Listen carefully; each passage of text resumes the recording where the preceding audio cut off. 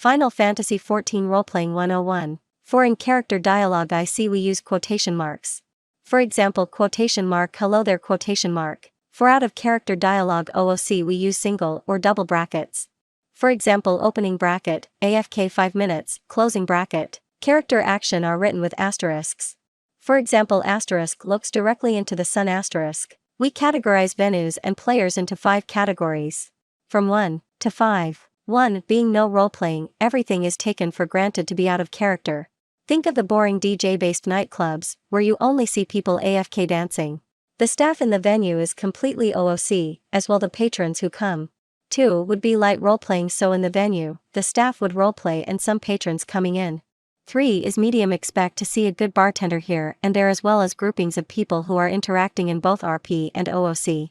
4 is heavy, venue staff and patrons can be seen role-playing intermixed with plenty of OOC as well.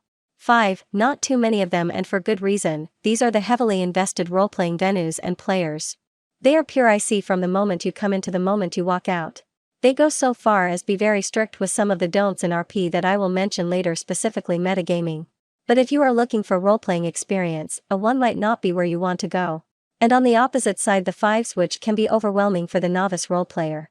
There can be a lot of don'ts when it comes to role-playing, but I wanted to talk about the biggest ones. That would be God moding, metagaming, power gaming, railroading and services to LOLFLs. God moding, that is where the player is writing the actions and reactions for another character, or you write your own actions in such a way that others can't avoid it.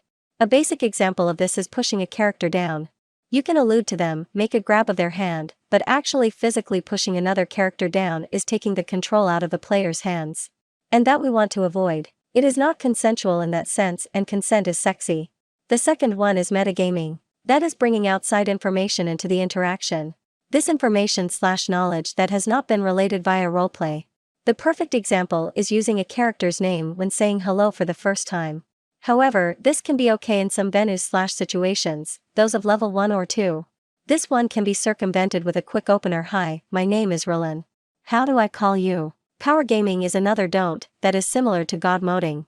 It is where you are playing in such a way that other players' actions are overwritten by yours.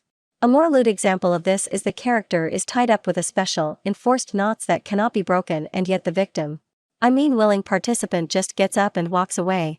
Another type of power play is also called railroading. We can see this in speech, but actions as well. That is when a character forces another character into a specific action, rather than letting them respond organically. Think about a character that has a very defined backstory.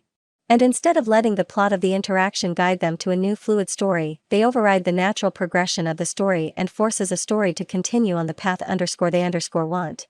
Always get consent from your partner and communicate. Another don't that is controversial: 18+ services to LOLFLs. While LOLFLs are not children, they are little people to not open the door to those who would take advantage of their childlike physique.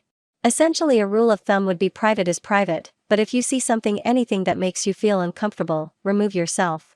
The last don't is to protect the storyline of FFXIV.